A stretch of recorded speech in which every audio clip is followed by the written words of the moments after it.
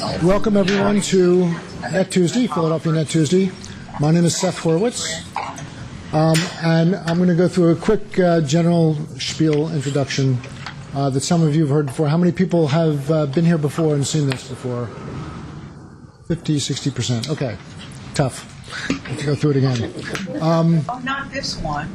This one. I know. I didn't see that one. Oh, okay. Well, then it'll be a surprise for you.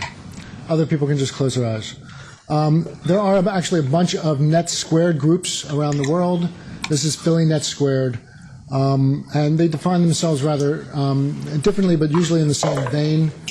The way in which we tend to think of ourselves is something that supports the idea of using the social web, broadly defined, for social change, broadly defined.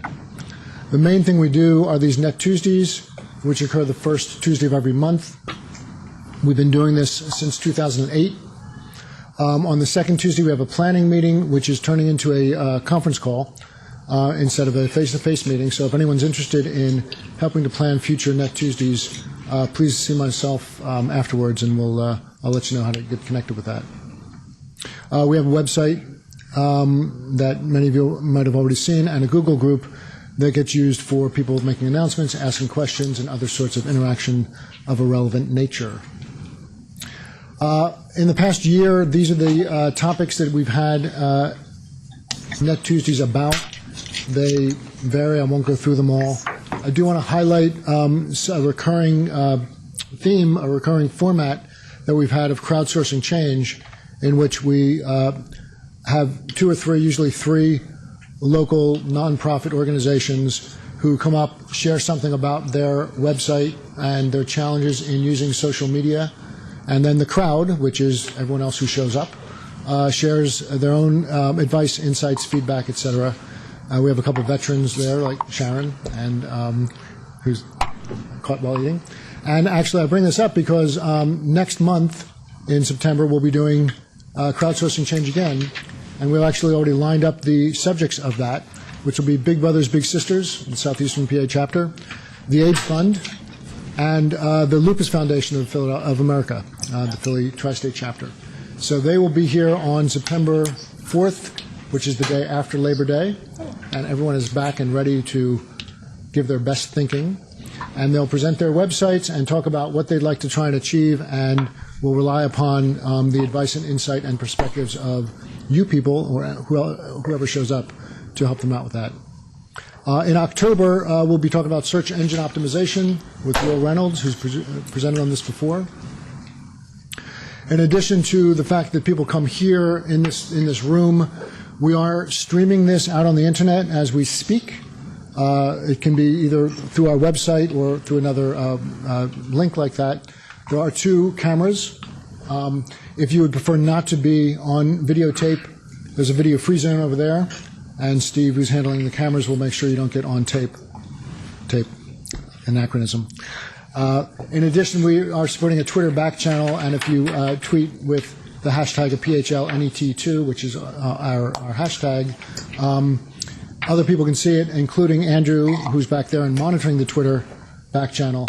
So we may get comments or questions from cyberspace during the presentation. In addition to these presentations themselves, this is also about networking. So you're invited to sign the sign-in sheet that Mary is holding up there, as well as to leave a business card. And I'll take that information, scan the business cards, and consolidate the information on the sign-in sheet and send that back out to everyone who's in the room, only the people in the room.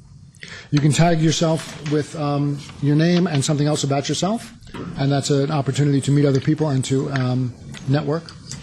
And we have a strict no questions too stupid policy, and we invite everyone to try and challenge that policy during the evening. There's a prize for the question that challenges that the most. A little bit of housekeeping. There's food. There's some food left. We don't want to leave anything here, so please eat it all. We do composting. All the food is compostable, even the meats and cheeses. The bathrooms are right past the elevators on your right. We have Wi-Fi access in the room. The network, AFSC network, is the network. It's open, doesn't require any kind of password. As I mentioned, we are recording this, and there's a video-free area over there. Also, we're going to be using microphones. Even though that's not strictly necessary to hear each other in the room, it makes the stream more audible and the recording that results from that stream more audible. So I'll pass around a wireless mic when we do stuff and ask you to try and speak into that. If you parked across 15th Street, you can get your card validated at the desk here, and you'll get a discount. And everyone is invited to come out for a drink or a bite afterwards if you want to continue the conversation in a more informal environment.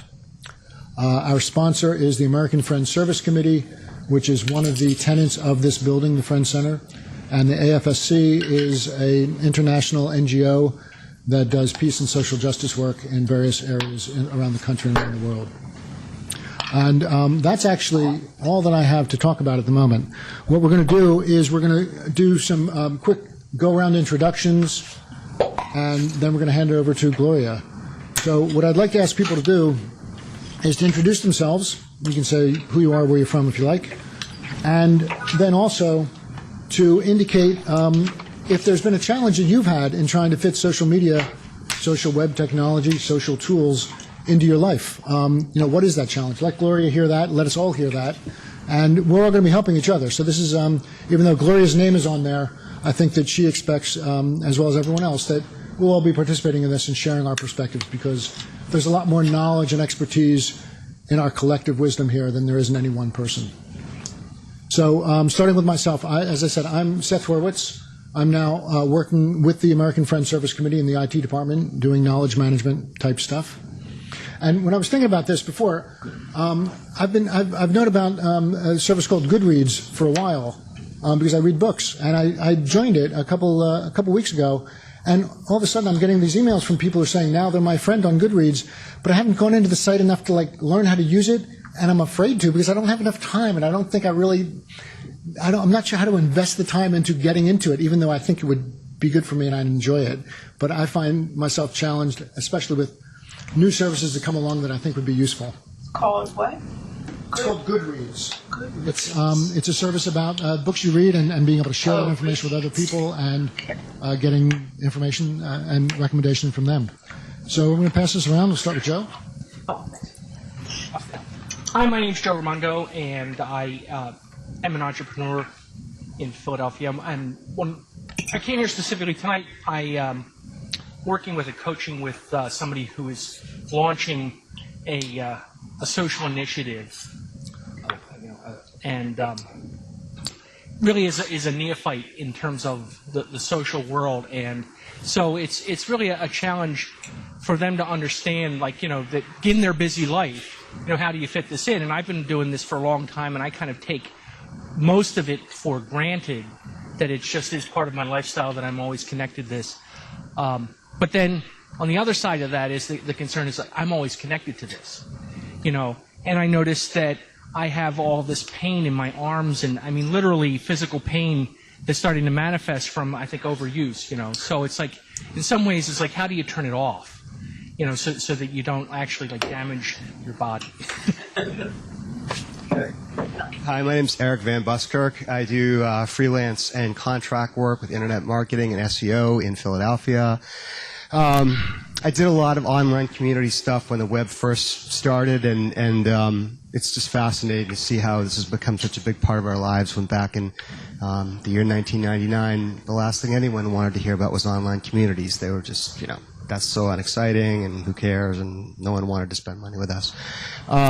So I don't know. I think, I think it's a little bit. I think social media has become a little bit too pervasive for some people. I think they're pressured into feeling like they have to spend a lot of time on it, when for some people it's not necessary for them to spend as much time as they are. And okay. And here's Ryan. Thanks, sir. I'm Ryan Draving. I'm the CEO of Compete Leap, which is a startup based here in Philadelphia. And when I heard that Gloria was speaking tonight, I really wanted to come out and catch that and try to get to these as much as I can. So Compete Leap makes internet marketing easy for local businesses and nonprofits, and we're currently offering it at $99 a month for local businesses and $5 a month for local nonprofits. So that's part of our mission. Feel free to talk to me about that. Biggest problem. Biggest problem with my biggest problem with social media is coming up with a process to train everyone up in it fast enough, especially when it's something that requires a lot of creativity and sort of personality. So it's hard to figure out a good way to train people when it's almost not a repeatable process. Okay. Don't feel too pressured. If you feel a challenge in trying to fit social media into your everyday life, then mention it. If you don't feel challenged by it, don't stress too much. Emily? Hello, my name is Emily. I'm a student at Rutgers University in New Brunswick. I work with Ryan. I'm on the public relations team for Compete Leap. My biggest challenge with social media is probably teaching my mom how to use it. Thank you. Mitch Collier. I'm involved in health education, health marketing projects for the federal government, and don't really use social media too much other than LinkedIn and Twitter, following fascinating federal agencies on Twitter and that sort of thing. My name is Lisa Nicholas. I am working on a business plan for a cafe that will employ youth who have aged out of foster care. And I am here partially because I need to figure out how to use social media to my advantage, not only for networking purposes, but also for marketing. I'm Shauna Toohey. I work with PCCY on childcare policy. I think that I use social media more in my personal life, but I have yet to kind of integrate it into my job. The organization I work with is a little bit old school and spends about $0 on technology every year. I'm not exaggerating. And, you know, we're sort of uneven in terms of, you know, using newer media. So, you know, sort of lurching forward with that. My name is Brianna Morgan. I'm here from the Office of HIV Planning, which is a health planning organization. And my biggest challenge is figuring out a way to use social media in a way that's duplicatable by other cities.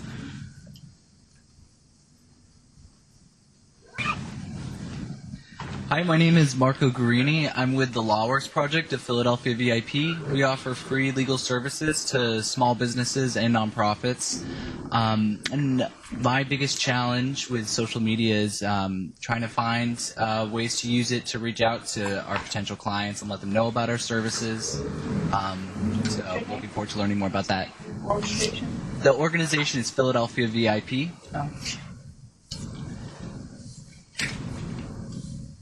Hi, I'm Donna Miller. I'm with St. George's United Methodist Church and Museum, and also with the after-school program for Germantown High. And my biggest challenge was probably I took myself off Facebook because it was such a combination of my teenage students and my family and my work, and so now I have to find something to replace that. Circles. Hi, everybody. My name is David Greising. I am a writer and a thinker about issues related to work and ethics and values. I don't know what my biggest challenge is involving social media. I have several of them, which people are actively working with me to resolve. But one of the things that I think is very interesting is I used to meet people live, and now I have an opportunity to be meeting them online and sometimes then getting to follow up and see them in the flesh. And as someone who has been following Gloria Bell for the past several months and the thrill ride of it on Twitter, it's my privilege to be here tonight to get to see her live. So, where can we find your ethical thoughts? I'll be happy to give you a call. All right. I'd like to read about that. David, what you might do is fill in a URL on something on a blank card there, and we'll put it out and we can post it to everybody. Thank you. Hi, my name's Karita. My name's Karita Brown. I'm from the Intergenerational Center at Temple University, and I manage a national intergenerational community building initiative called Communities for All Ages.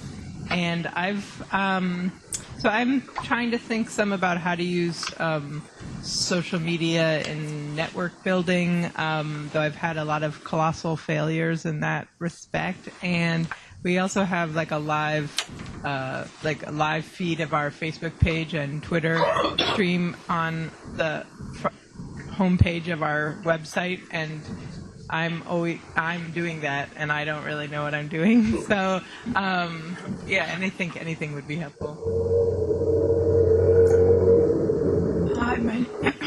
Hi, my name is Mina. I'm representing myself.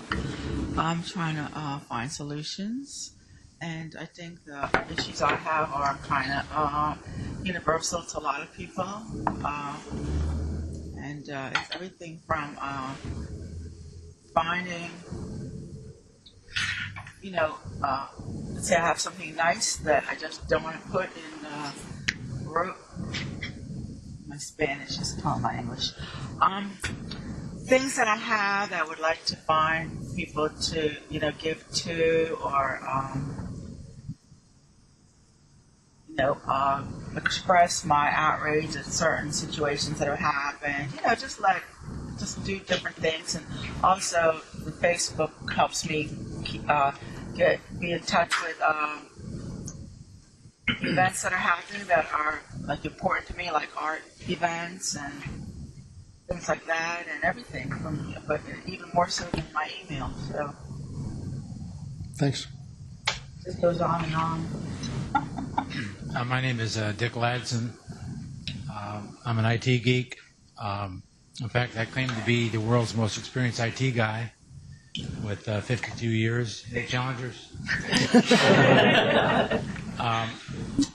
I guess I have to confess I'm a for-profit, so you may want to escort me to the door. I don't know. I'm here to learn about social media. I'm really struggling with it. My biggest problem, I guess, is I'm trying to market my services commercially, and I understand there's this concept of spear phishing versus net phishing, and I'm trying to figure that out. Also, I also claim to be the world's worst marketeer. Hi, I'm Sharon Torello. I run it's actually a social network called Local Arts Live, and I was in here for a crowdsourcing, and my challenge still kind of remains as to getting real conversations going in social media. And I think I've made some progress there, but the other challenge is trying to find ways of letting it not consume my whole day. Hi, I'm Aileen McNamara. I'm a librarian at the Regional Foundation Center, and I was just here to learn more about how nonprofits are using social media. Hi, Doug Barg. I'm the founder of Kitchen Cred. It's an after-school program that empowers middle school and high school students through nutrition knowledge, kitchen competency, and culminating in a culinary competition. I'm new to the nonprofit world. I've spent a long career in the for-profit world, so I'm learning new things.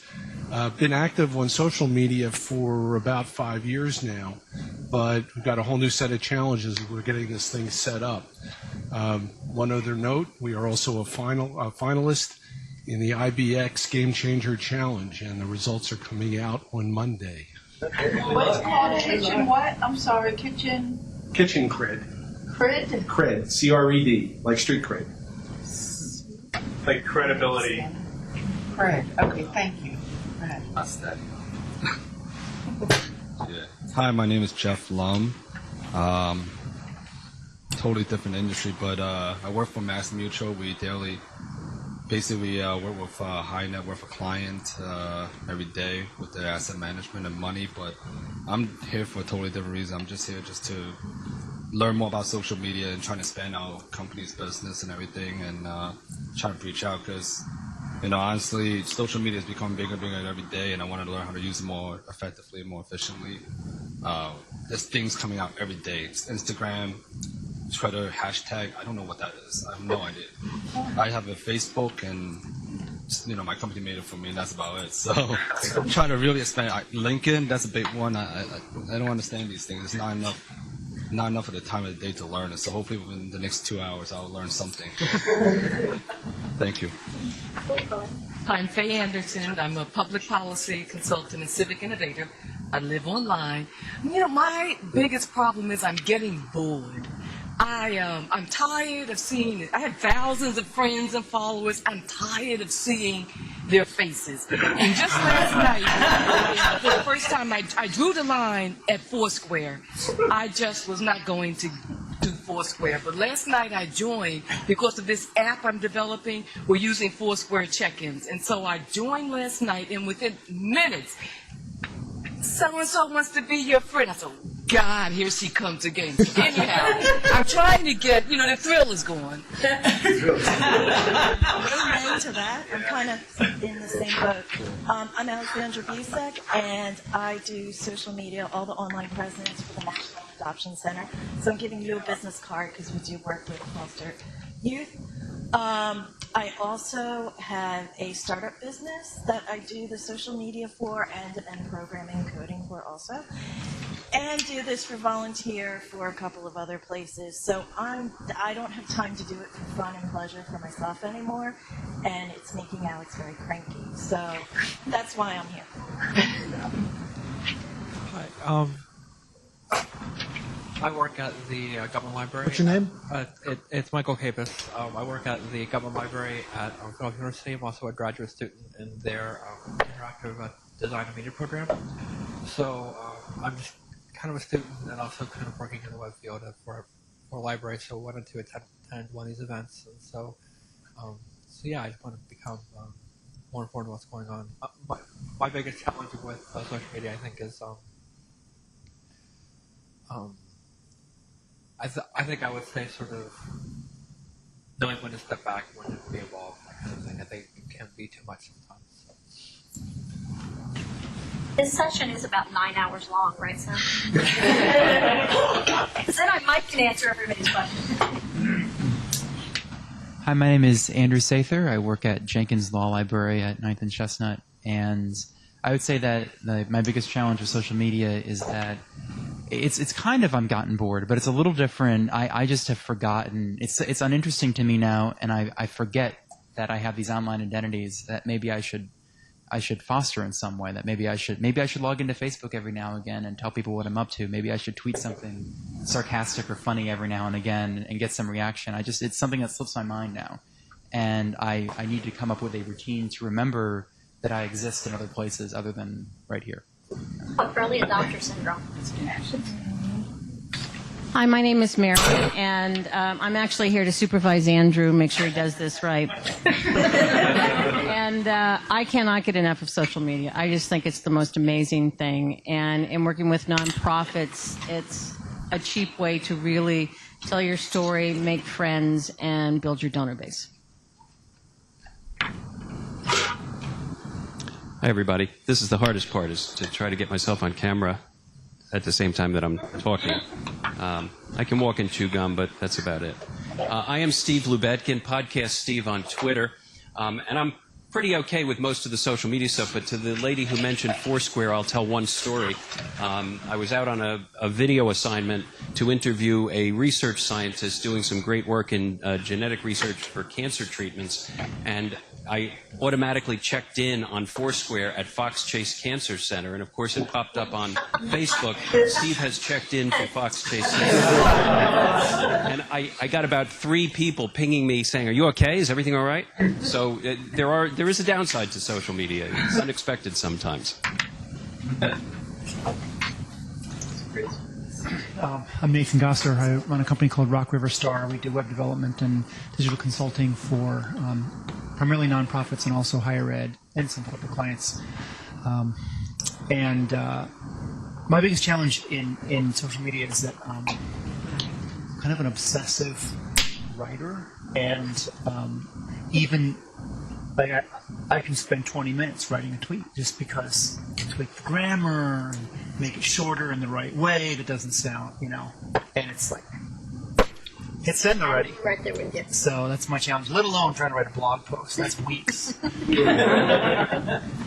Okay, thank you all. It's a diverse group. I'm going to hand this over to Gloria in a second. First, I just wanted to acknowledge that this is an all-volunteer effort, and I want to thank Mary and Andrew for greeting people, Andrew for doing the Twitter back channel, Steve for doing the camera work and sending out the stream, and Nate Gosser here has volunteered to be a set of hands for Gloria and for all of you. So if you have websites and other things you want to visit, then we'll be able to share those quickly on the screen here and out through the stream itself.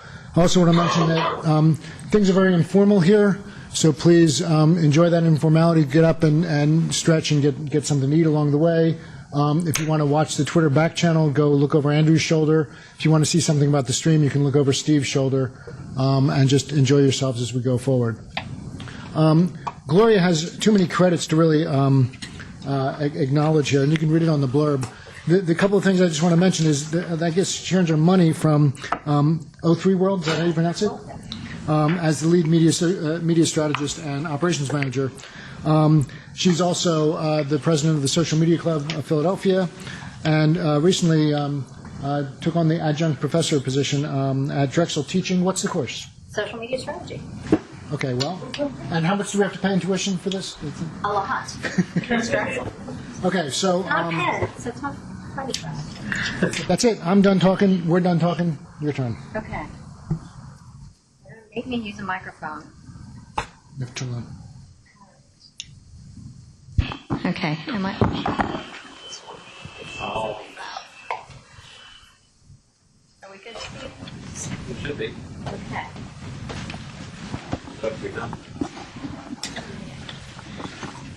All right.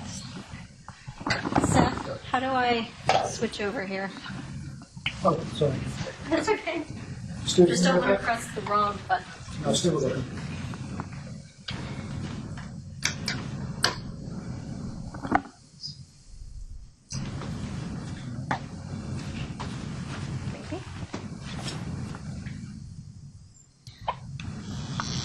Wouldn't be the first time I had to talk without a presentation. There we go. Okay. What we're going to talk about is, okay, why am I, okay, is that better? We're going to try not to buzz in everyone's ear all night. What we're going to talk about tonight is trying to fit it all in. All of you expressed some really interesting challenges. I would love to say that I'm going to address every single one of them tonight, and I can tell you I absolutely am not.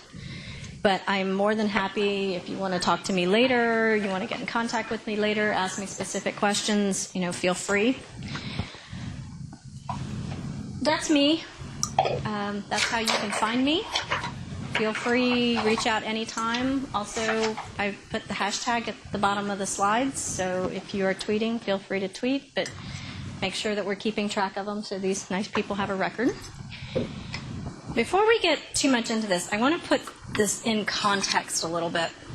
There was a blog post that came out on the Social Media Club blog a couple days ago, and the title is Meet the One Person Who Can Ruin Your Brand Tomorrow. And they talk a little bit about some things that have been in the current news. And one of them is a student who had a smartphone and she got tired of the yucky lunches at her school. And so she started writing a blog and taking pictures of the yucky lunches. It took about 2 months and the school district completely revamped their entire lunch program because she was getting so much attention. Where was this? That's all right. Yeah, it was in England. It was overseas. I was trying to remember exactly where. That was a 9-year-old who affected change because she got tired of the way something was and she used her voice. There was another one, and I apologize that I didn't get the locations on these. I should have. I should remember. There was another student with a smartphone, rode a school bus every day, a bunch of bullies on the school bus that would taunt and harass the school bus monitor. He started taking videos. All the kids were taken in and disciplined. Finally. Kids had been complaining about it. They had no proof. Finally, something was done. Somebody else who affected change by using their voice and using the technology and the mediums that are out there. Kind of puts all of this in context a little bit about why it's so important and why you have to figure out how to make it work and why you need to figure out what the best avenue to make it work. How many of you are familiar at all with what happened the day of the shootings in Aurora with a company called Celeb Boutique? Yeah. Yeah, a couple of you. Well, Celeb Boutique, small little boutique dress shop who does an okay job in social media. You know, they're not fantastic, but they do an okay job. And apparently they had somebody who knew a little bit about making it all fit and how to plan out their strategy and how to schedule their tweets, and all this is all stuff we're going to talk about. Well, the problem was they threw it up there and forgot about it. And they were not paying attention at all to anything that was going on. They had a little program that told them every time certain terms came up. Well, that particular day, one of the terms that came up that flashed up in the little program was Aurora. Well, they had a dress that was designed by Kim Kardashian called Aurora. And they sent out a tweet and was like, oh, wow, this dress must really be catching on. They are almost out of business. The backlash that they got because they weren't paying attention, and they sent out something so horrendously oblivious to what was going on in the world. So that's why this topic is a little bit important, because a lot of the things I'm going to talk to you about tonight are how to make it easier. But one of the things I want you to remember is that in making it easier doesn't mean you can do it and ignore it.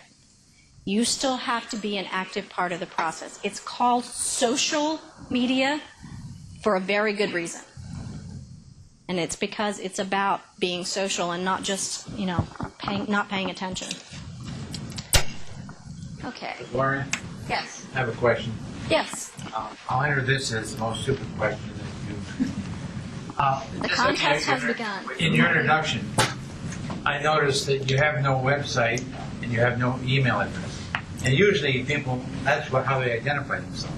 So I think that maybe shows a disconnect between my line of thinking and yours. Actually, the website is not up there because I'm not technically here as a representative of O3 World. I'm here as Gloria Bell, the speaker. That's why that's not up there. And my email address is not up there because in reality, if you want to reach me and you really want my attention and you want it quickly, tweet me. That was the very first thing that all the students in my class last semester heard. Because my email, I get to when I get to. Everything else kind of falls after email. Twitter is in my pocket 24/7. And we're actually going to talk about how it's in my pocket 24/7 and how I am constantly notified of everything that's going on and anytime somebody's trying to talk to me. So that's why. I will be happy to give you my business card, which has my email on it if you want it. Okay.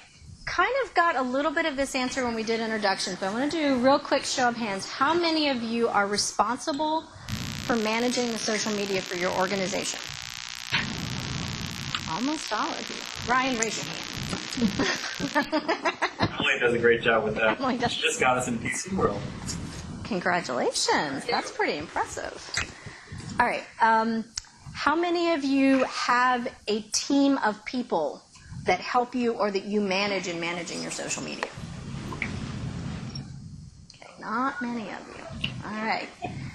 So hopefully this stuff's going to be really relevant, because hopefully by the end of the night you're going to walk away with at least one or two things that make your life a little easier. Slides will be up on SlideShare after tonight, so you'll have access to all of them. So that's the big six. Is there any up there that anybody doesn't recognize? The P? W. The W is WordPress. It's your blog. The P is Pinterest. What's a YouTube? What is it? Yeah, what is that thing? I don't know. All right. These are kind of the big six. And there's hundreds and hundreds and hundreds of social networks out there. And in a lot of cases, you're going to want to find the ones that are relevant to what you are dealing with, because there are some very special, some specialty ones out there. Really going to kind of talk about these six tonight, just because they're, what's out there and everybody knows. LinkedIn doesn't make publicity. Not for tonight's purposes, because LinkedIn, to bring in how to fit LinkedIn into your day is 2 or 3 hours all on its own. So I kind of put it to the side. A lot of the things we're going to talk about, a lot of the same principles you can apply there, but there's some intricacies in using LinkedIn that not 100% of this applies to. I'm talking a lot less about individual outreach tonight as I am about organizations trying to manage and to do outreach. But a lot of the principles are the same. Okay. This is your number one starting point. How many of you have written a plan for your social media? Okay. That's actually better than the response I usually get, so that kind of makes me happy. This is where you must start. Okay? If you don't start with a plan and a strategy, everything that you do is spinning your wheels because you're literally jumping from one thing to another and being reactive instead of being proactive, and you're responding instead of having some kind of definitive action. Right? So you really have to start with a plan. All right? This is what I taught my kids at Drexel last semester, was how to write these plans. And it does not, you don't have to write this big, gorgeous, bindered, beautiful 50-page plan. Okay, your plan can be something as simple as, these are the objectives I'm trying to reach. Here's the things I'm going to use to get there. Here's what I'm going to measure whether or not I got there. And here's some idea of how I'm going to make this happen. That's really all a plan is. Okay? It's just like writing any other kind of plan. It's go to the basics. And you can get, I've written social media plans for clients that were a single page, and I've written them that were 35 pages. Depends on what you're trying to achieve and what you need to get there. But if you start with the basics, you'll get where you need to go. And this is what you start with. Why and what? Okay? Why are you getting involved in social media? What are you trying to achieve? I've got a few ideas up there. What are some others that you would add to that list?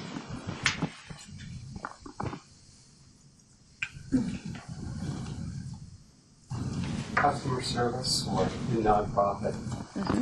Customer, whatever you call it. Customer service? Yeah, absolutely.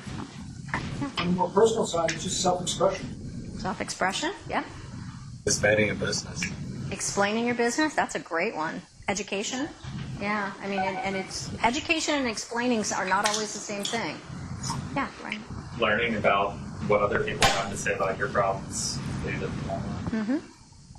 So there's a lot of things, but if you start with the basics of why are you doing this? What is it that you're trying to achieve? Okay, I tell my business clients all the time, and it applies as far as I'm concerned to nonprofits as well. You need to have a business objective tied to this. I am trying to do X. Get more donors, get more customers, gain awareness, sell more products, make $1 million. Whatever that X is. Okay, you have to start there. And if you start there, then figuring out what you need to use and how you need to use it to get whatever X is will make a whole lot more sense, and I can promise you, you will save yourself a tremendous amount of time. Because it's going to be logical, and there's going to be a progression to it, as opposed to willy-nilly, whenever I feel like it. All right, some other things that are really important, and most of you who've had marketing, this is kind of marketing 101. It's also social media 101, so I ask a lot of you to bear with me for a little bit. But it's really important in getting to the things we're going to talk about in a few minutes that we build this base. All right, first of all, one of the mistakes I see, especially in the small business and nonprofit world, is people look at social media as this standalone activity. You have your communications department, and you have your marketing, and you have your donor relations, and you have your customer service, and then over here is social media. And it's this thing that we do that's not tied to any of the rest of this. Yes, it is. It is intricately tied to everything you do in communicating, whether it's internally or externally. And the very first thing you have to do is start looking at how you can make that happen. We're going to talk in a couple minutes about building content. Well, your greatest content doesn't necessarily come from your marketing person. Your greatest content comes from the people who are intimately involved in what you do. They're going to be able to tell you what's important and why and what people want to know about. And they're also the subject matter experts. Consistent messaging is another reason why this has to be integrated. And I've watched this happen with businesses. I've watched it happen with organizations where they have their marketing message and they've gone out and they've done this huge media buy. Or, they've got speakers who get up and, stand up there and give these great speeches. And then what they're saying in their social media message is completely different because there's no communication between the two. Nobody's sharing information, and so the message isn't consistent. Well, what do you think the fastest way to turn somebody away from caring about your cause is? Look like you don't know what you're doing. And that's what happens when your message isn't consistent. So that's another reason why this all has to be pulled together, why it has to be integrated together. And you want to make it easy on yourself? All this other marketing and advertising and communications that you're doing, let's make it really easy. Throw sharing options up there. That cute little, Facebook icon and the little Twitter icon with your little Twitter ID, the link to your YouTube channel. Okay, you've got an instant audience. You're already sending emails to them. You have them sitting in front of you at some, lecture that you're giving. Make it easy. Encourage them to share. You've just eliminated one of the steps of having to now go out and find that audience and draw them into you. They're there. They're already looking at you. They're a ready-made audience. Now get them on social media. Okay. No glazed eyes yet. So far, so good. Okay.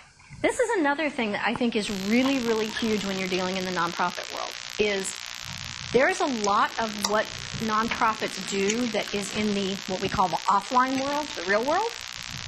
You hold events, you hold fundraisers, you do activities, you go out and talk to people. Pull your online and your offline together.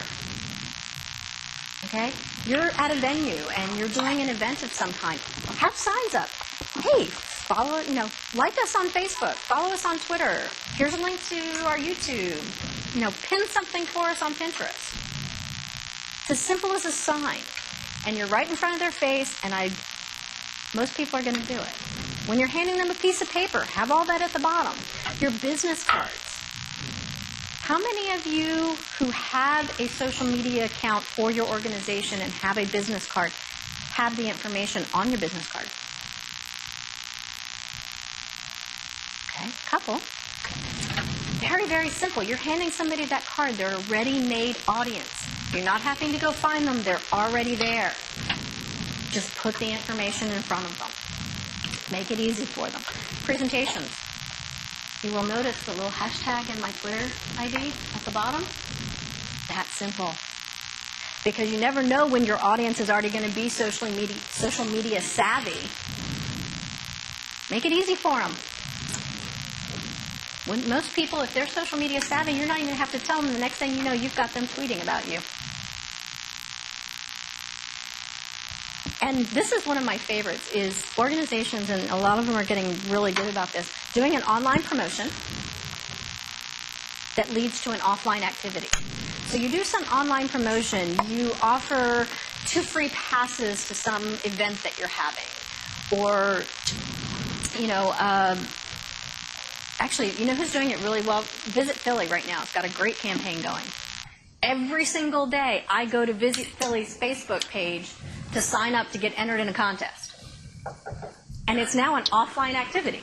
I have a question. One thing I find fascinating about that, I don't know this is much now, but when I took the subway a lot, I'm someone who manages and gets paid to strategize for other people's social media. And I, for the life of me, could not figure out what they were doing in this campaign. They had these posters, and I don't remember what it was, but they were like just names. They were obviously accounts on social media sites, but they didn't identify it. I mean, it wasn't even like, an @ and a name. It was just this like cryptic name, like Visit Philly. It was just one word, like Visit Philly, something, something. No .com, no @ no nothing. And they expected people to figure out, maybe what is that all about?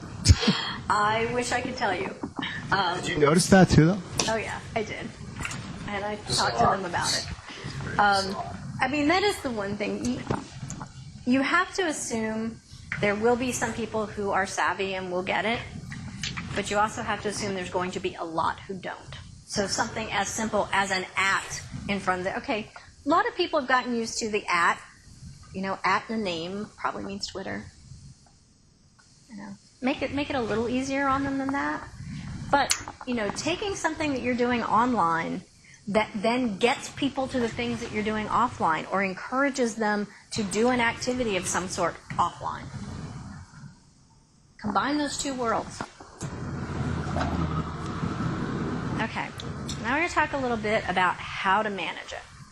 One of the things, how many of you, the first time you had to deal with social media, either personally or for your organization, felt completely overwhelmed? And if every single one of you doesn't raise your hand, you're lying to me. Because the reality is we all do. All right? I've been doing this for 5 years as a professional, and there's days when I even get overwhelmed. Okay? Just the flood of information coming in and trying to figure out what's important and what's not important and how to manage it. So, one of the things that makes it more manageable is break it into parts. Okay? Parts are more manageable than the whole.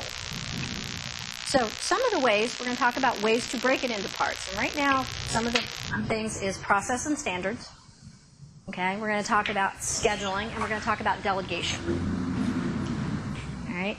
And delegation doesn't mean you have to have somebody who directly reports to you that's handling this.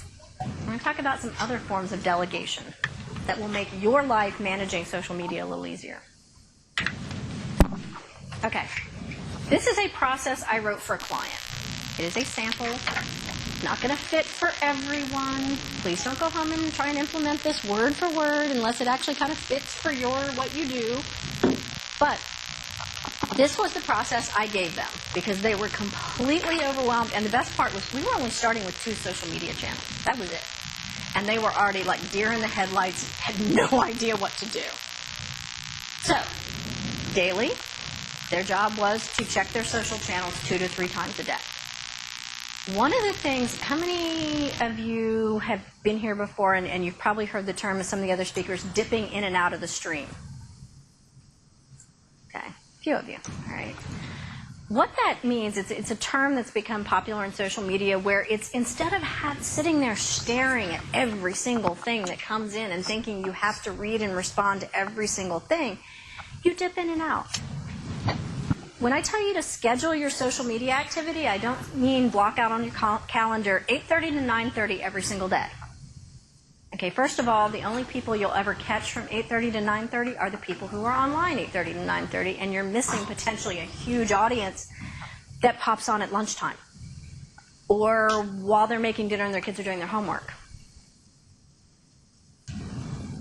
It is much more effective to pop on for 5 minutes and read what's going on in that 5 or 10 minutes, and then go back to whatever else you need to do. And a couple hours later, pop on for a few more minutes.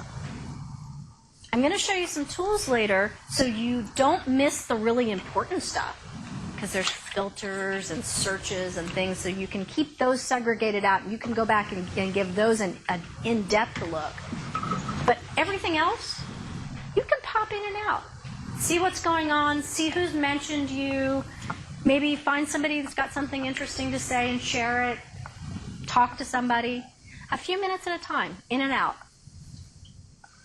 Instead of feeling like it's going to overwhelm your entire day and all I can do is sit on Facebook. So, 2 or 3 times a day. Or you can be, hello, my name is Gloria, I'm addicted to Twitter, and I'm probably in there 20 times a day. While you're doing that, sometimes when you're popping in and out, you're going to respond to anybody that's commented or left inquiries or is doing any kind of outreach. Mentions, posts on your Facebook wall, anything like that, you have to respond to. Okay? It's extremely important that you don't let people feel ignored. Because when they start to feel ignored, they get cranky and then they start saying nasty things about you.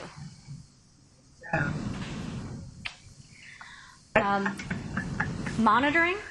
I'm going to show you some tools to monitor. That can be done daily.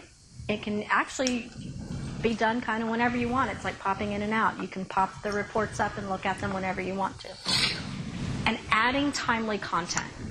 Okay? There's going to be content every day that is relevant to something going on in your organization. Maybe you're running an event. Maybe you're doing a donor drive. Maybe you're trying to get people to some activity.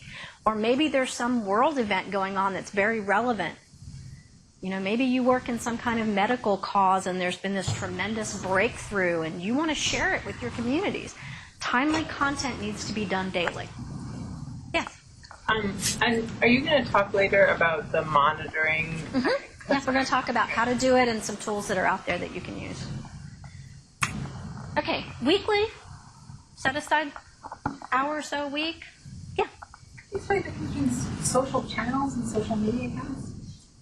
They're the same thing. Channels are the actual platforms like Twitter or Facebook or YouTube. Your accounts are your personal accounts on each of those channels. They're basically the same thing. Gloria, can I just clarify? Will this presentation be made available to people? Will It will be on slideshare.net. Okay, and we can also send that out when you send out the follow-up email. Slideshare.net. It is a presentation sharing site, but I'll also give it. In fact, I've got it on a thumb drive. You guys can. I'll make sure everyone knows about it. Yeah. So weekly, one of the things I'm going to do is go out and search for other content that's relevant. Somebody else has written a blog post, a news article, a video, something else to share. Okay? And curating content from other sources. Those other sources may be external, but they may also be within your organization. Spend 5 minutes talking to your donor relations person and say, hey, what's going on? Did we have a really big donation? Do we have a donation drive coming up? Is there some piece of information you want me to get out to our community? Talk to other people in your organization. Right, that's where you're going to curate that content from. And then monthly, what you can do is curate 2 to 4 weeks of content. Okay, and we're going to talk in just a minute about editorial calendars and how to set one up and how to literally schedule out everything you're going to do. Well, take that back. Most of what you're going to do for the next 2 to 4 weeks. There is that timely stuff that you still need to be doing daily. But it's a very small percentage as opposed to the overall content that you're going to be putting out on your blog or on Facebook or videos on YouTube, whatever it is. You're going to add your items to an editorial calendar. And when you see ours, it's literally a calendar that we've written in. This is the blog post for this day. And this is who's responsible for writing it. And this is the blog post for this day, and this is who's responsible for writing it. Okay? You're going to be consistent, you're going to be timely. That's why I never recommend doing an editorial calendar more than 8 weeks out. Because you never know when what's going on in the world or your organization or anything is going to change. I actually do the editorial calendar for our agency, and I am constantly going in and saying, you know what, everybody and their brother's writing about this topic that we have scheduled for next Monday. We're going to bump that because we're not going to write about the same thing everybody else is writing about. Let's bump that 2 weeks and let's move something else into its place. But you have to have that flexibility. Another thing, monthly, and this sounds a little silly, but I can tell you it's really kind of important, is that people pay attention and it gets their attention. If you have a Facebook page or a Google Plus page and you've got a cover photo, change it. Okay. Really simple, literally takes less than 2 minutes to flip out that photo. but it's refreshing the content, it's refreshing your Facebook and your Google Plus page, it's coming up as something brand new, and people like pictures. And they will all of a sudden, oh, they changed, and they're going to look at it because, oh, it's a new picture. Oh, wait, look at all this other content they have here. Yes? Don't you run a risk of compromising your brand identity if you do that? Well, you're not changing your avatar. You're changing your cover photo, which is, your avatar is the little picture of you or your logo, your brand logo. Right. The cover photo on Facebook and Google Plus is that big long photo across the top. Okay. That's the one you talk about. You don't ever, well, can't say don't ever change your avatar. Sometimes you should. But your cover photo, if you change it, it comes up as a brand new entry on Facebook and it hits everybody's walls that they've changed their cover photo. So now all of a sudden they're going over to look at your new cover photo and you've got all this wonderful content after that for them to read. Yes? I was going to say, a lot of people who have events also put, like the Kibble Center will have whatever event is going on. Yep, they'll use a banner as their cover photo. Yeah, I mean, you can use any, you don't have to actually use a photo, you can use an image of any kind. But it's a neat little trick to get people to your page. Because they see the little notice that you changed it, and they're like, oh, let's go take a look. And then all of a sudden, you've got them there reading the other things that you want them to read. The other thing you're going to do monthly is you're going to analyze your results. I cannot stress this often enough. If you are going to do something on social media and you are not measuring it, you're wasting your time. Okay? And measuring is actually really, like everybody goes, oh, God, measuring. No, it's as simple as if you have a Facebook page, you have Facebook Insights, and it tells you how many people visited on what day. You know what you posted on those particular days, so you know what was popular and what wasn't.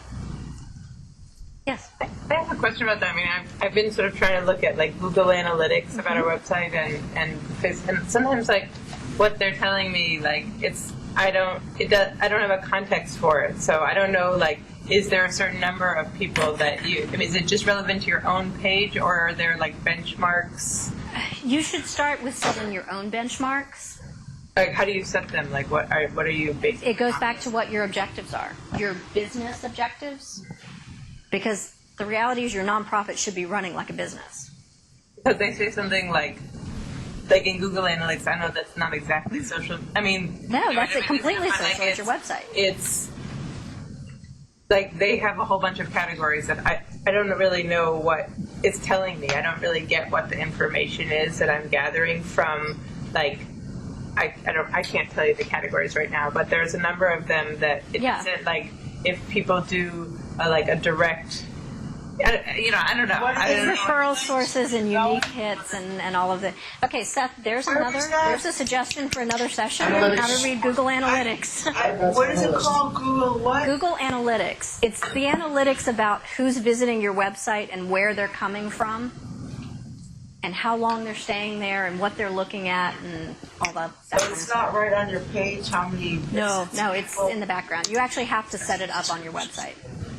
Oh, with Google Analytics. Okay. I actually just started doing this for the Mother website. Sort of what I sort of had a vision for sort of thinking about it in terms of what path we want people to go on when they go on our site. So like, for us, I mean, we're kind of like a strange breed here, but we want people to connect to the resources we have. Right. So are they going to the right pages to do that? Are they going to pages where are we getting butt heads on pages where we shouldn't, which means that they might be lost? Are they going to the FAQs a lot? Mm-hmm. And so those kind of things. And so like for some of our other tools, it's like how long are they spending on it? Are they spending like a minute, which means that they're just sort of going and then jumping off. They're spending more than that, which means they're actually like looking through the content and actually interacting with it.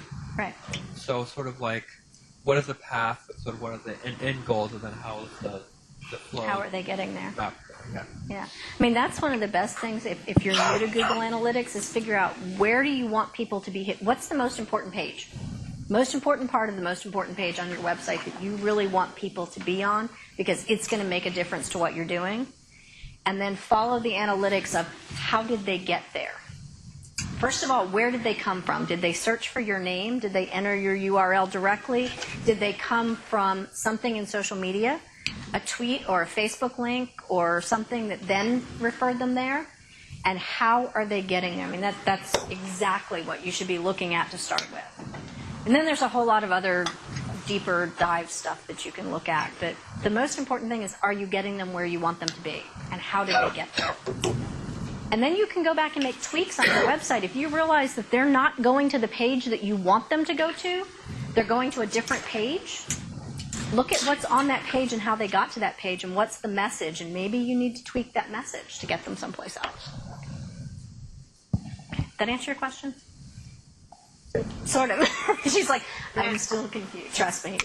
Yeah. Google Analytics takes some time to learn. Yes. Well, I know, like, Facebook is pretty transparent to me as far as how it works, but how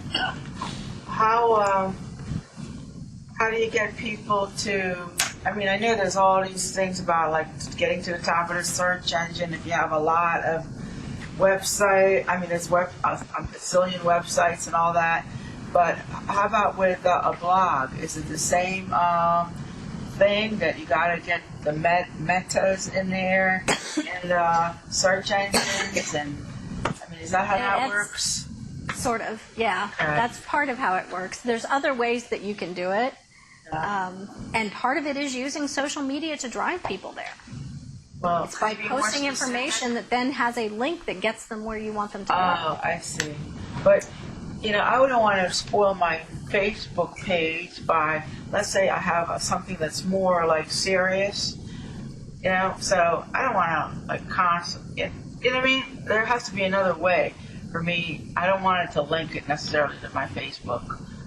Depends on what you're using your Facebook page for, and that's one of the other things that you have to make a decision. I'm saying that I don't want to use the Facebook page. Is there other ways? I'd have to like research how to like do the meta tags and all to get them to WordPress if I can't use my Facebook.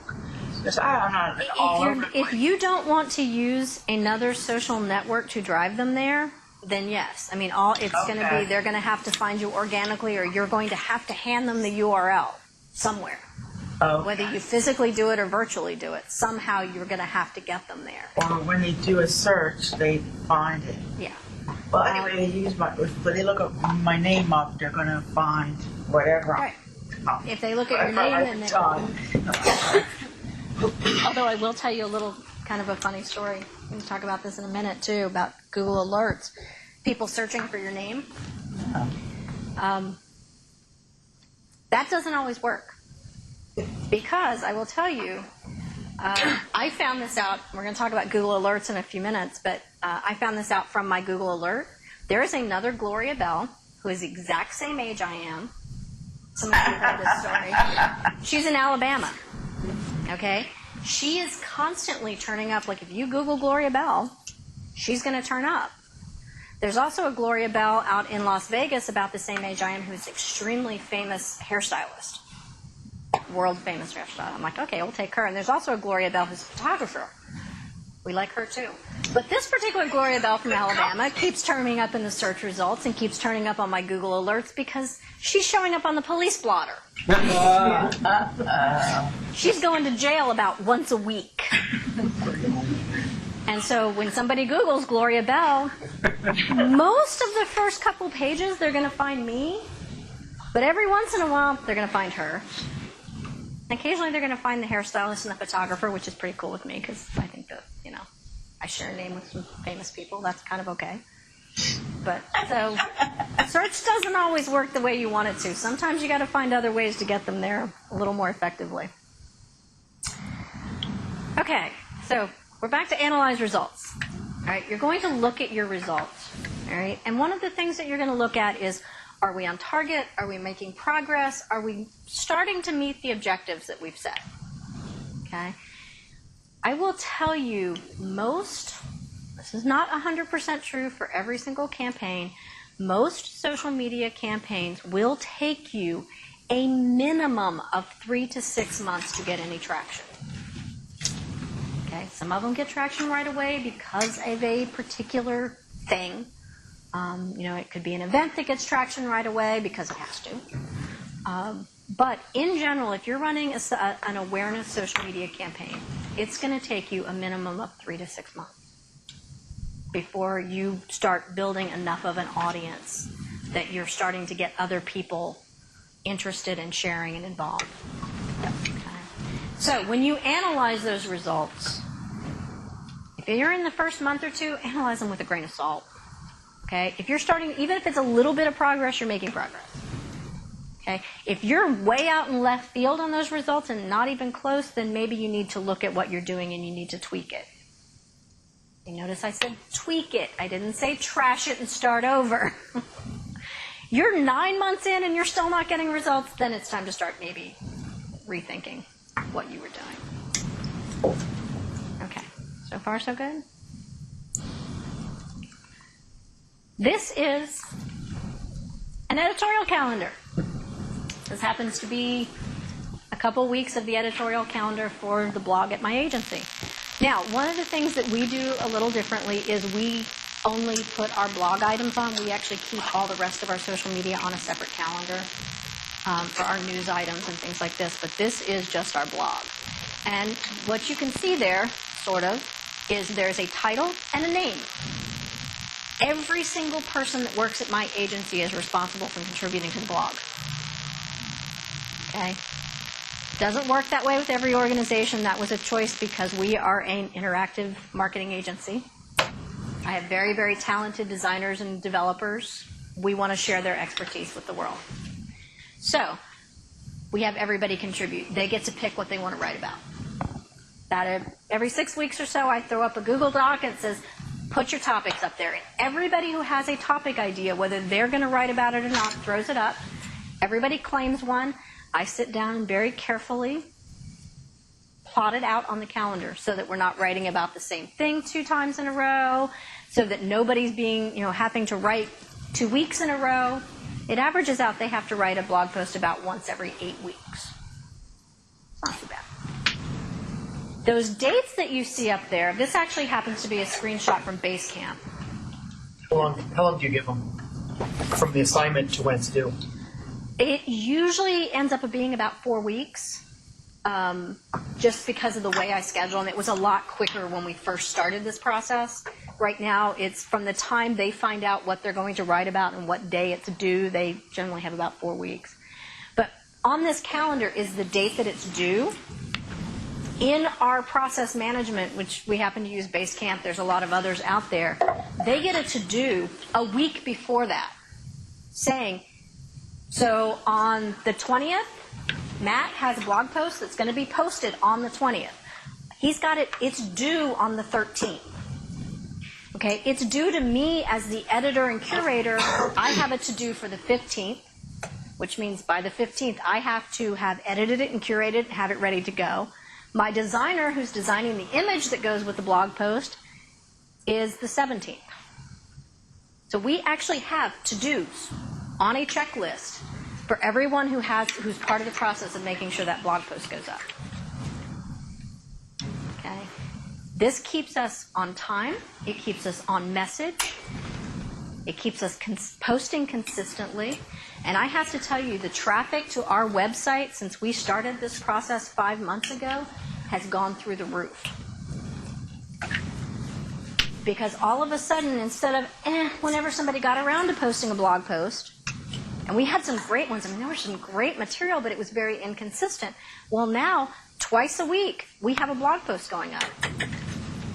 Some of them are more popular than others, but people are starting to notice them. And then what we do is once that blog post goes up on our website, it goes out through all of our social media channels. Not only does it go out through the agency's channel, but then everybody in the agency then shares that.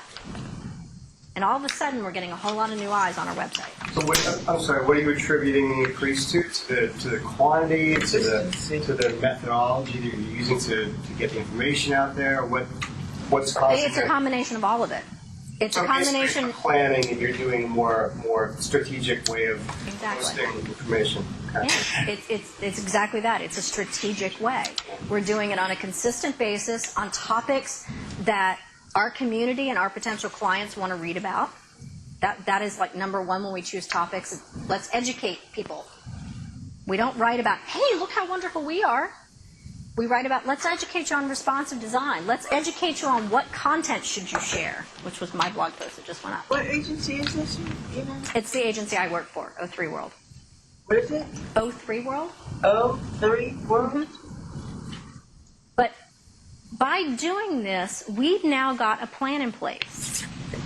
And we have people actually starting to pay more attention. Will that eventually translate into business? We hope so. For right now, it's good for us because it's making us stay sharp on our skills. It's getting more attention to our agency. It's getting more attention to our website. And that's what you want. You want people coming back and learning something more about you. Now, the one thing I would recommend is if you're going to do, and especially if you aren't lucky enough to have 15 people contributing, like I am, and there's actually 3 of us that curate and edit it, so it makes it a little bit easier. Put all your activity on here. If you have news posts that you're going to put up, if you know that you're going to tweet about a particular topic at a particular time because it's relevant to an event you have coming up or some initiative that you have going on, and you know, okay, this is coming up on the 6th, and I need to get in a few tweets between now and the 6th to make sure people are aware of it, throw them up on that calendar so you don't forget to do them. Put a little to-do on the calendar. You know, tweet about whatever it is. So that you're staying constantly on message, you're staying consistent, you're staying timely. Yes? I'm not familiar with the term curate. What does that involve? It kind of depends on your organization. Overall, curate means gathering the information, sorting through it, deciding if it's relevant, deciding if it's in a format that matches the message that you're trying to send out. You know, part of curating is going to that person who was supposed to write and saying, this is due, did you do it yet? Getting it from them, making sure anyone else who's involved in the process, like in this particular process, our designer who designs the images that go with our blog, you know, our posts, and then editing it, making sure that, you know, it's the length we want it to have and there's no typos or misspellings or grammar, and that it's the tone that matches everything else that we put up. That's, you know, curating is pulling it all together so it's ready to go. Yes? This might be a silly question, but the post you put, how long usually, how many words? Because sometimes people don't have time to read their book. I guess if they're sure. It depends on the topic. I mean, that's a really kind of a hot button question. We try and keep them under 600 words. Depends. Some topics you can't do that, though. I mean, some topics you need to write a long blog post. Sometimes you can write them shorter. It really depends on what you're trying to write about. And that's going to be really relevant to, the organization that you're trying to write for. Okay. Editorial calendars. All right. Delegation. This is my favorite part. Okay. Like I was saying earlier, delegation does not mean that you're lucky enough to have a bunch of minions that you can send work out to. Okay? Because as was evident when all of you raised your hand about how many of you have people that you manage who do this for you, it's a very small percentage. Okay? Delegation means that you've established some roles and responsibilities. Okay? And that can be for you, it can be for people that you manage, or it can be for other people in your organization. Okay? It could be, the director of a particular department, and you've gone to them and said, I need information from you on this regular basis. Okay? This is going to be the content that we're now going to be sharing. All right? So those roles and responsibilities, decide who's going to produce the message, who's going to post it, who's going to be responsible for managing the social media and responding when other people are talking to you. Okay? A clear schedule and timing. Okay? Back to the editorial calendar idea. Have an idea of how often are you going to post? Okay, and then somebody's going to raise their hand right now and say, how often should that be? There are industry standards, yes. If you are in marketing, However, what you have to decide is what is relevant and reasonable to what your efforts are. Okay? It may be every day, it may be twice a month. All right? You need to look at what is going on in your organization, how often do you need to do outreach to your community, and how quick do things turn over, plus how much time do you have? Because one of the things that can be very detrimental is all of a sudden you go on a tear and you're writing a blog post every day and it's great content and people are eating it up, and all of a sudden in a month you're like, I can't write anymore. And you stop writing. Well, you know what? That audience that you just built up because you were writing every day, they're gone. They're on reading somebody else. Okay, you're much better off starting out and going, okay, realistically, I can do this twice a week. And you may go on a tear and be really creative and build up a ton of blog posts. Well, you know what? Post them a little less often. Okay?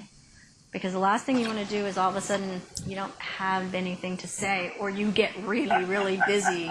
You're in the middle of a huge donor drive or a big event, or, all of a sudden your director's left and everything's in upheaval and you have no time. Right? So you're better off setting a schedule that you know you can stick with, even if it's not quite as often. The other thing that is really, really, really important, and the next two go together. One is having a policy. Okay? Having a policy means two different things. One, it means this is what we're going to write about.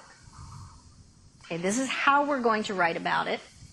This is what is acceptable and not acceptable as far as language, tone, whatever it's going to be. Okay? Have a policy. This is us. This is how we're going to represent ourselves. These are the messages we're going to put out there. All right? This is what we're not going to do.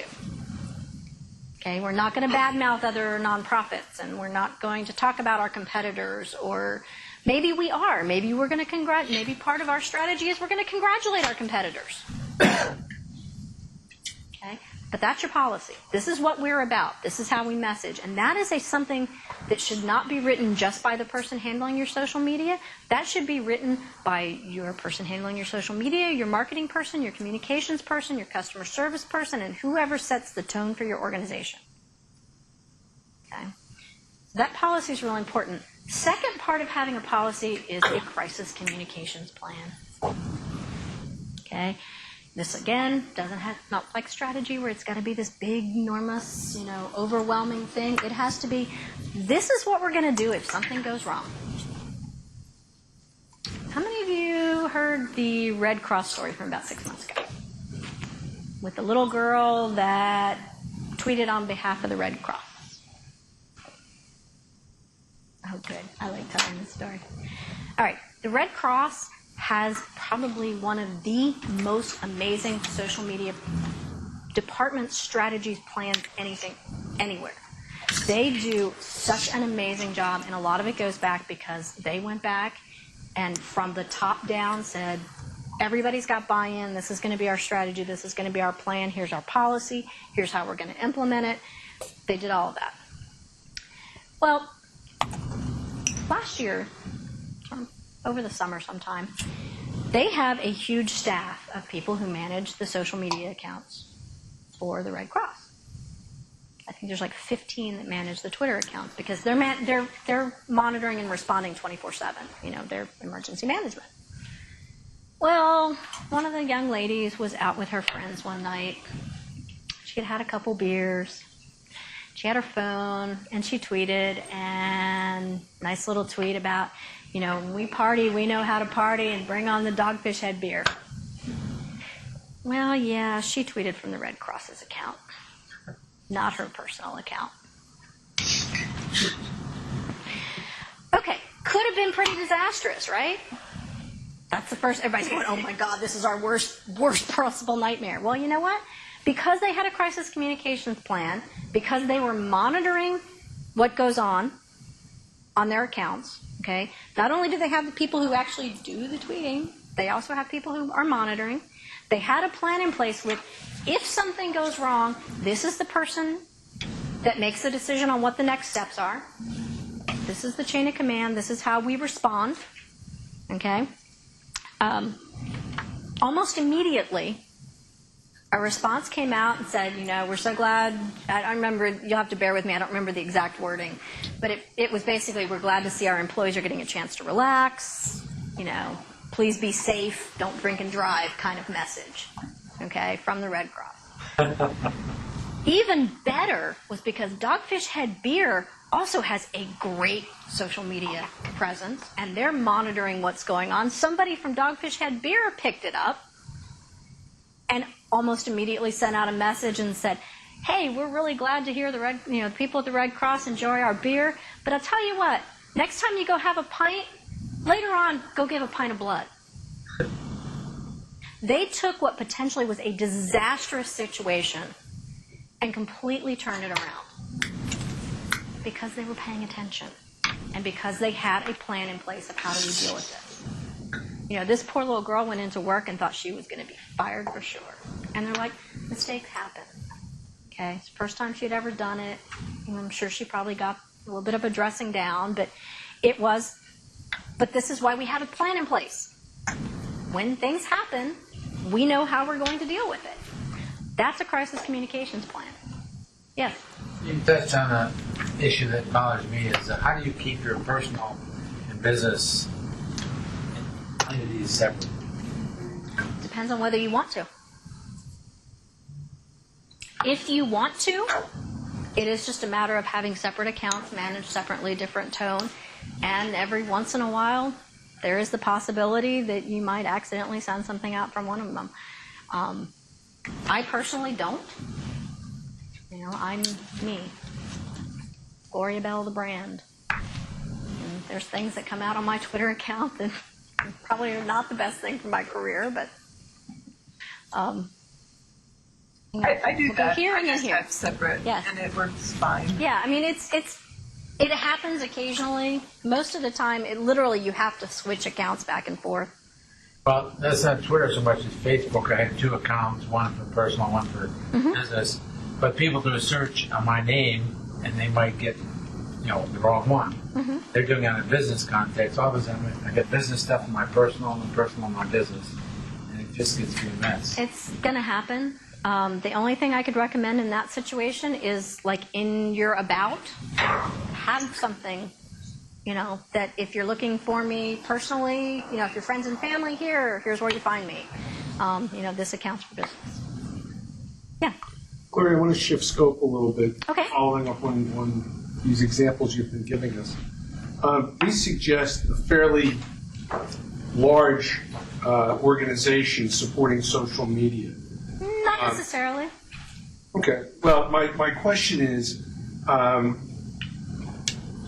how do you cost justify the investment in personnel to support this, especially for a nonprofit? Okay. There's a lot of answers to this. Let me think of the easiest one to give you. You have to look at what your objectives are. Go back to the whole business objective idea, and you have to tailor what you're going to do and the resources that you're going to put it in time and money and employees to what you need to do to meet that objective. That's how you cost justify it. It's you have to make it a direct tie back to something. And that's another reason why analyzing your results is so important, because you may not be able to cost justify it on the front end. You may say, we need to do this, and here's the reasons, and here's the objectives, but then when you look at the results on the back end is when you can go back and say, this is what we were trying to achieve, and this is where we got, and this is why this was a wise investment. I mean, it's like marketing. Well, I understand that, right? And when you're talking about a for-profit business, that's fine. For a not-for-profit, if you're talking about fundraising, that's fine. I can understand how you can make a direct link. If you're talking about some things that are a little less tangible, like awareness, goodwill, recruitment, getting volunteers in, it's a little more squishy. And I'm just wondering if you have any shortcuts, any golden rules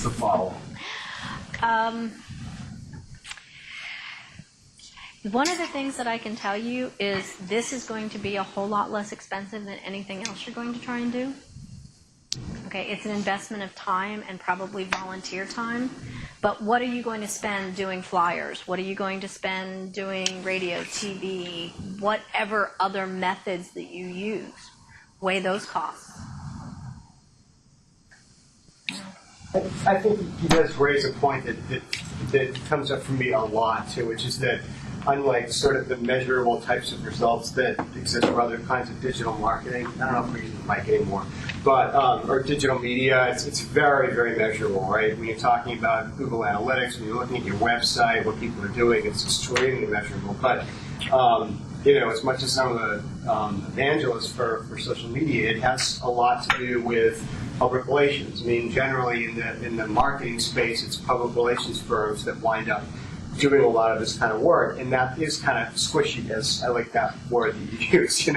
It's branding a lot of the time. I mean, one of the campaigns that I'm doing strategy on now is completely about branding. But there are not a lot of organizations that are willing to spend the money to just get the word out. This is a startup, and they really need to crush the competition because there's so much old school competition. They want to just get the word out, and that's not very measurable. So.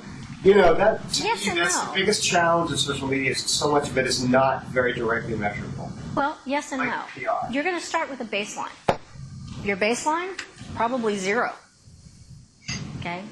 Your baseline of when you start a social media campaign, most of the time your baseline is 0, or it's going to be however many people you have on your email marketing list. Okay? Then your results get measured. One, I recommend you never take an action or a tactic that you can't directly tie back to something measurable. Okay, when I work with clients, one of the first things I tell them is, we can do the squishy stuff, and maybe out of 5 things, there's going to be one kind of squishy one that's a little more nebulous. The other 4, I'm tying directly back to how much money did you make? How many new volunteers did you get? How much new awareness did you get? I can measure those things because I can put out messaging that then when somebody responds and says, I want to volunteer, one of the things you ask is, how'd you hear about us? They heard about me on Twitter, Facebook. You can directly measure this stuff. Maybe it's not always measurable in final results, but you can measure how people got where they are, where they got that response from. It just takes asking them an extra question or two sometimes. David, you have a question? The conversation has sort of gone in a different direction, but I think it's an important question for all of us, and I do wish you talked about it for a minute. A lot of us have either businesses of our own, or we are our business, or we're in a small nonprofit where we're largely the person that's communicating the message to the outside world. And we're using whatever the vehicles are. It's really, really hard to not mix your personal life with your business life. I mean, it's just really, really hard. I mean, you can switch off from one channel to the other, I suppose. But part of what's so intoxicating about social media is how easy it is and how easy it is to get into relationships with people when you're having communications in some of these channels.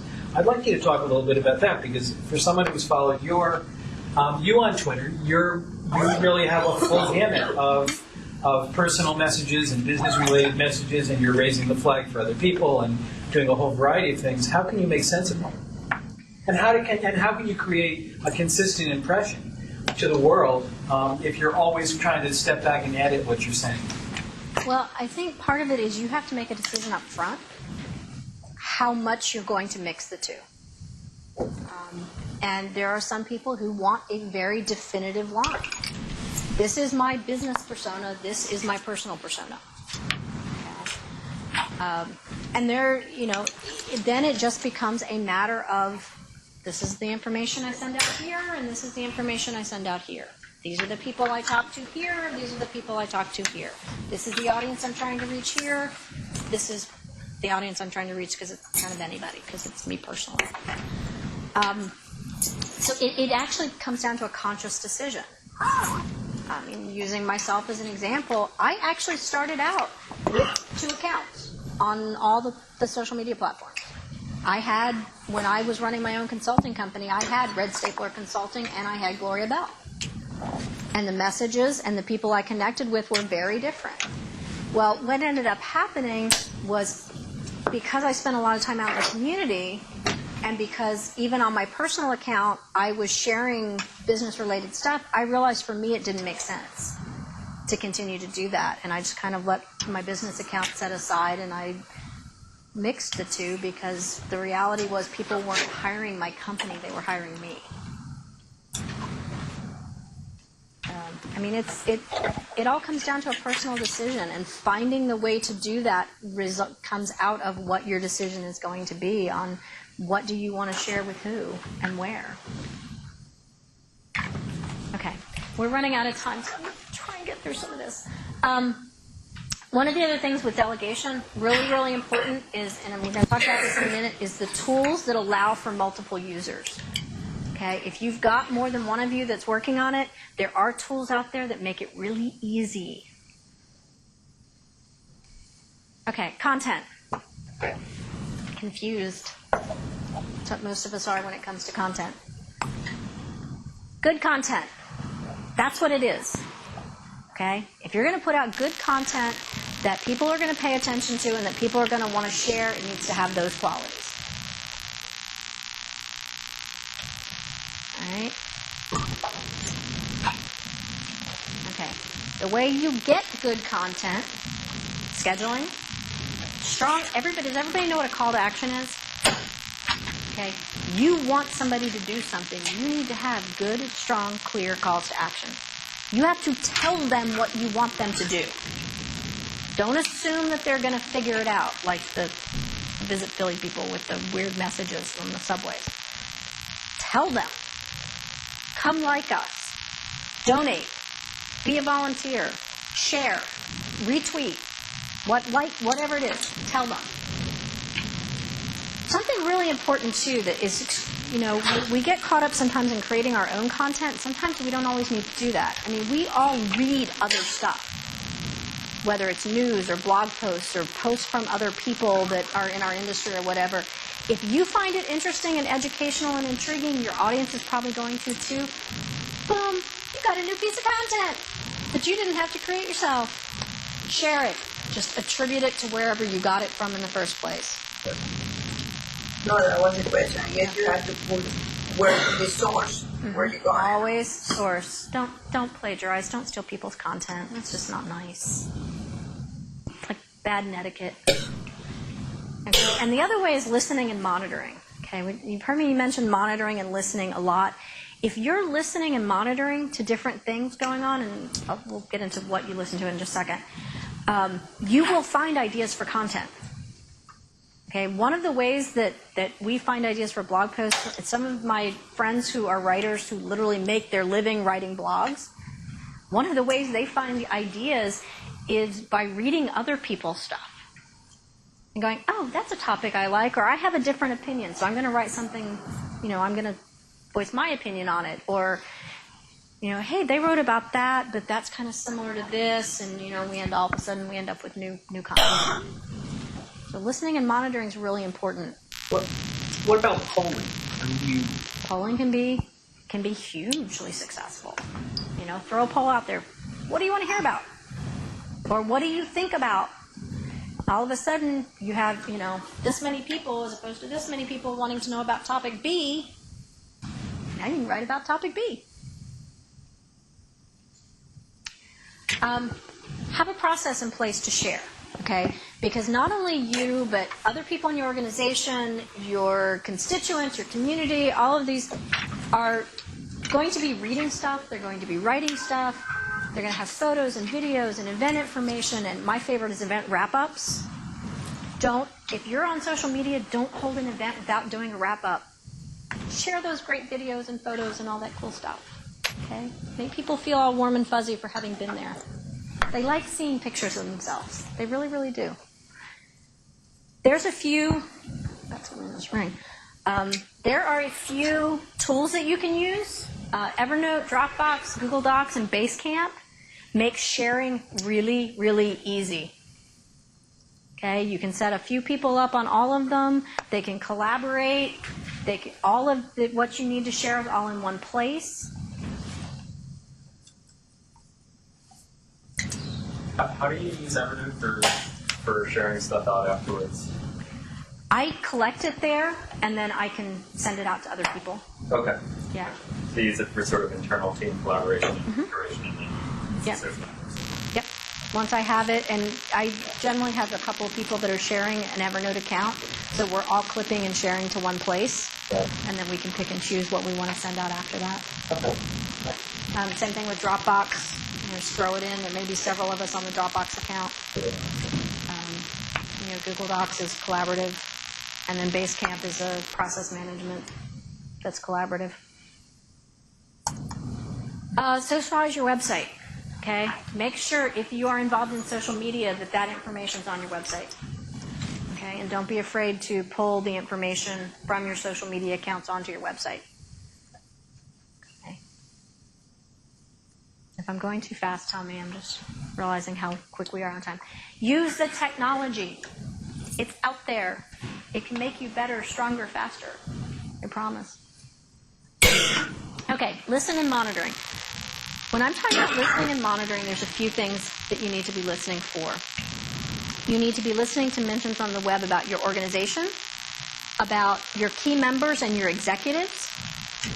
Okay, I'm going to tell you a very quick story about that was absolutely fantastic. I was working with a regional bank. Okay, and one of the things that we were trying to do with the social media campaign for the bank was make them more human. Banks are not lovey, warm, fuzzy, so we were trying to make them a little more warm, fuzzy. Okay, and what we didn't know was that one of the senior VPs from the bank, and I never would have known this had I not had a Google alert for his name, won a humanitarian award. He was a humble guy, part of why he won the award. He wasn't going to tell anybody. Well, we found out because we had a Google alert for his name, and I'm like, okay, what better way to make the bank look really nice and human and warm and fuzzy than one of their senior leaders won a humanitarian award? Let's talk about that. So really important, key members and executives. Your industry and your competitors. Okay, know who your competitors are. It's always good to know what they're doing, what they've got going on. Okay. There are a lot of tools out there that you can use, everything from free models up to ones that will cost you tens of thousands of dollars a month. Okay, like if you're some big enterprise organization. I've listed a few. Tracker, Sprout Social, Lithium, Radiant 6. Okay, varying levels of cost and complexity. Most of them are pretty easy. You set them up, you tell them what you want it to search for, you get a report back of here's all the times that that's been mentioned on the web. Okay, and when we talk on the web, we're not talking just social media, we're talking news reports, we're talking anything on the web. All right? That is then content that you can then reshare, content you can write about. All right, and then you can do platform-specific searches on Facebook, Twitter, Google+, and Pinterest. You actually go on Twitter and say, I want to know about, to show me everybody who's talking about X, whatever the search term's going to be. Google Alerts. How many of you have a Google Alert for yourself? Oh, yay. That makes me happy. I usually have like 2 people that raise their hand. I told you the story of why it's really important to have a Google Alert for yourself. Because I never would have known about Miss Gloria down in Alabama who keeps going to jail, who, God forbid, is getting mistaken for me when somebody searches for me without a Google alert. Very simple, easy, free way to know what's being said. Okay. Same thing with Google Reader. Google Reader, absolutely free. Set it up with your Gmail account. You can pull in all kinds of other information. Blogs and news postings, and you can have it all in one place. So if there's people writing about your industry or your cause or something that you want to know about, instead of having to constantly go, oh, what was that web address of that blog that I really liked? Now you have them in this lovely little reader that you can open however often you want to. Yes? I have a question. Well, this isn't the same kind of tool, but I sometimes use Hootsuite. Mm-hmm. But the issue I have is that when it's probably a couple of pages. Yeah, it's 2 pages down. the issue I have is if I use that, then I don't get the tagging like if I tailor it for Twitter and I tag, doing that something, it doesn't show up in the Facebook page. It's not. You lose that tag in the Facebook page. Transferring sometimes it will, yeah. Is there any tool out there where you can kind of map them, or so it works? Not the way that you're describing. There are ways that you can share across multiple platforms, but not quite in the way you're describing. Okay. Cool new tool that I just started using. I just learned about this recently. Have anybody heard about Buffer? Buffer's kind of awesome. Buffer lets you, it's a web-based application. You go in, you tie in your social media accounts. You can tie in your LinkedIn, your Facebook, and your Twitter. You enter whatever you want your message to be. Once you've connected your accounts, it has an algorithm that goes through and looks at who you're following and who's following you, and their algorithm actually comes up with the best time to post a message when it will get the most attention with your audience. Okay, I have no idea if this thing really works yet. It's kind of new. I have friends that swear by it. I'm kind of iffy on it still, but it's kind of a very cool idea, and if it actually really does work, it's going to be really awesome for business, because that's one of the hardest things sometimes, to figure out when's the best time to post something so you actually get attention. And Buffer gives you analytics, so when you post something, it actually kind of tells you, all right, you reached this many people when you posted it. So it's a kind of a fun, and it's free. They do have, it's a freemium, let's put it this way. There's a free model, and then you can buy extra services. But it's kind of cool. TweetDeck, okay, we're talking about Twitter and managing Twitter, and especially if you're having multiple accounts. TweetDeck is desktop or it's mobile. This happens to be my app of choice, mainly because it's a desktop app and it runs in the background, and I can pop in and out of it when I want to. I don't have to have it open on my browser. I see the little tab there. It sits behind my browser, and then I can bring it to the foreground. You can arrange your feeds and put filters on it. So I can say, I want to know, I actually have one set up right now on my TweetDeck that is for PHL NET2. So I'm going to be able to see all the tweets that came out tonight. Okay. You can do it for different accounts. You can schedule tweets. You can say, all right, this tweet, I want to go out from this account at this time. You can also manage multiple accounts. Right now, my TweetDeck, I'm managing 12 Twitter accounts. So I have all the columns for each of the accounts. So I know anytime something gets... I saw your face, David. It's called ADD. But it also lets me, just by picking which account I want, lets me tweet from that account, as well as keeping track of what's coming in for each of those accounts. And I get a little notification alert. So I get a little box that pops up about every 15 seconds or so that says there was 3 new tweets on this account and 2 new tweets on that account, and so forth. So an option. Other options, Hootsuite. This is also probably one of the most popular ones right now. It is web-based or mobile. Okay. It also lets you manage multiple social profiles. Okay, so you can put as many different accounts on there, and that it does include Twitter, Facebook, LinkedIn, and as of last week, Google Plus pages. Not your personal Google Plus account, but a business account you can actually manage from Hootsuite. Same thing, you can schedule messages, you can track mentions. Hootsuite gives you analytics too, as of very recently, which is kind of cool. Some of the others don't do that. So you can kind of look at how many people did that message reach, and how often did it go out. And Hootsuite is one of the platforms that will let you do team management. So you can have multiple people on your Hootsuite account.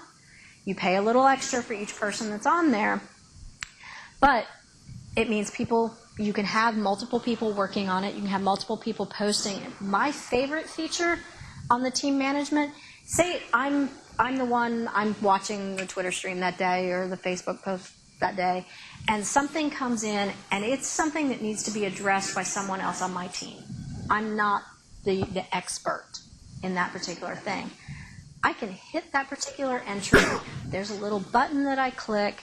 It pops up an email. It lets me email that entry to that person with a notification, a little note. Hey, Dave, this is kind of more your area of expertise. Can you answer this for me?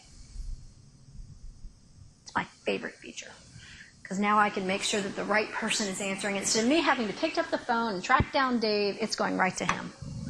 Yes? One other question about the management tools. I heard a while back that Facebook penalized people who penalized posts from the management tools. Is that something? There's rumors going back and forth, but I haven't seen any statistics that prove that. I mean, Facebook changes their algorithm so often; it's hard to tell. So just given the time, and it's 1:15 right now, I know that Gloria's prepared some more stuff, and we've had a lot of good questions, which is what has delayed things. So I'd like to suggest that, Gloria, you kind of go through the rest of your stuff quickly, hold off questions, and then we'll have some time for questions afterwards. And, of course, all the stuff will be available afterwards as well. Yep. Okay, very quickly. Mobile access. If you're going to manage social media, this is a great idea. Okay, one of the reasons being you never know when you're going to be somewhere. It keeps you from having to be in front of your computer all the time. And I actually turned this off so you guys couldn't see it, but I was getting constant notifications telling me that my name was being mentioned. So it will let you, Hootsuite, Twitter, and TweetDeck have mobile versions. It not only lets you keep track of what's coming in, it will also let you send out information. Tweetbot is an application, happens to be what I'm using right now. There's a lot of different ones. If you go to the App Store on either Android or iPhone and search Twitter applications, you'll probably get 50. I really recommend before you choose one, look at the reviews, okay, because there's a reason they get rated higher. Boxcar and Push 4.0, very cool applications, because what they will let you do is you set them up and you tell them what you want notifications of, and it will literally send you, well, I'll show you what my phone looks like right now. It will send me a pop-up notification that something that I set up to be notified. Like every time there's a mention of my name on Twitter or on Facebook, I get a little pop-up notification. And there was another one. So it lets me keep track without having to be in front of my computer all the time. And the beautiful thing, too, with the pop-up, with the notifications like that, is I have that sitting next to me at my desk. I'm doing whatever I need to do. Something pops up on that. I can take a quick glance. Yeah, that's important. I need to answer that person right now. Or, oh, no, I can get back to that later.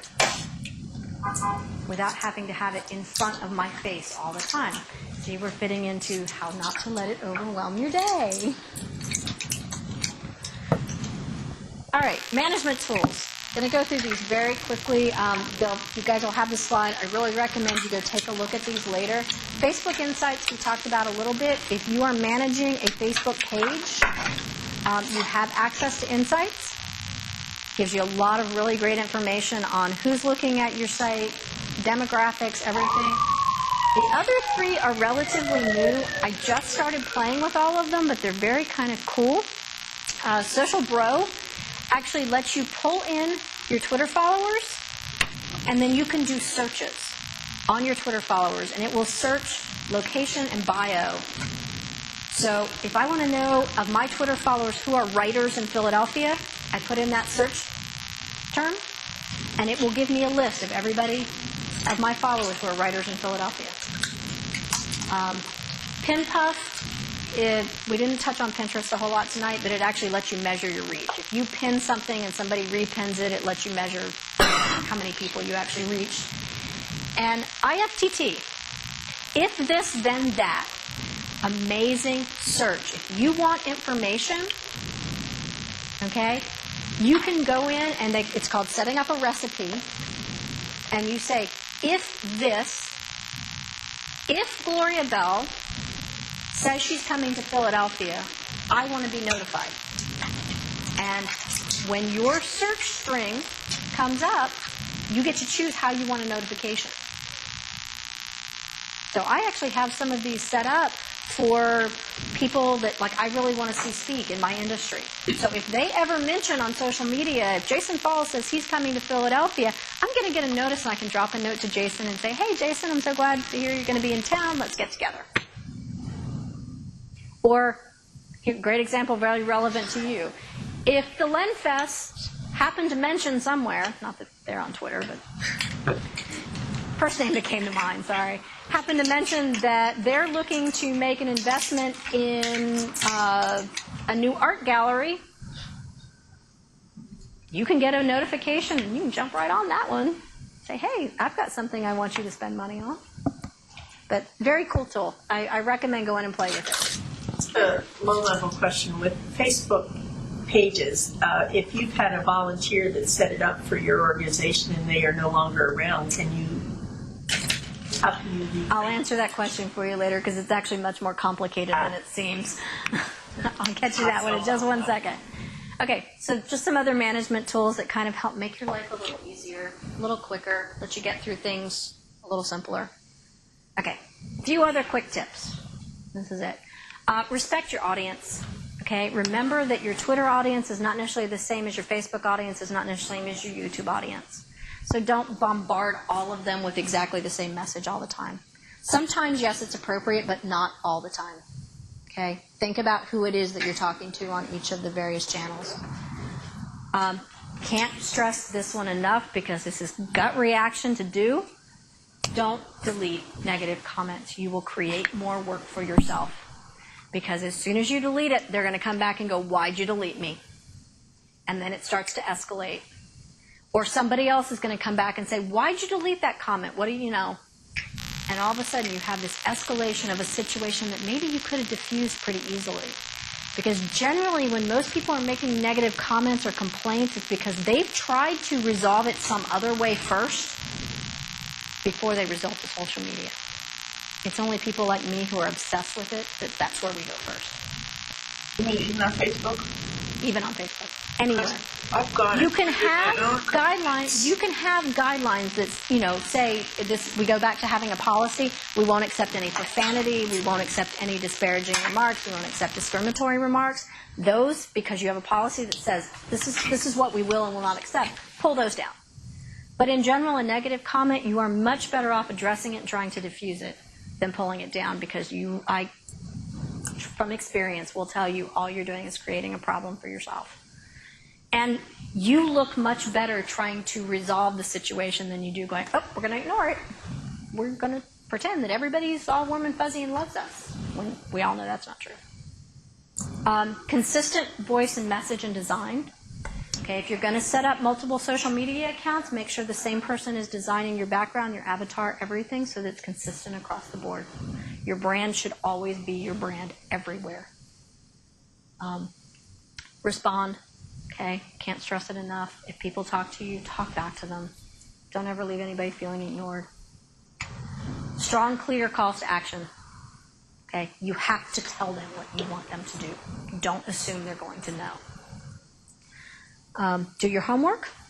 Okay, look at the numbers, determine what's not working, figure out how you need to tweak it. All right. Always keep your goals and objectives in mind. If you always have them top of mind when you're doing messaging, then they're going to get met because your message is going to be on target. And the most important thing is be human and be real. Okay? People want to do business with people. They want to help people. They want to interact with people. They don't want to interact with this entity. And that's it.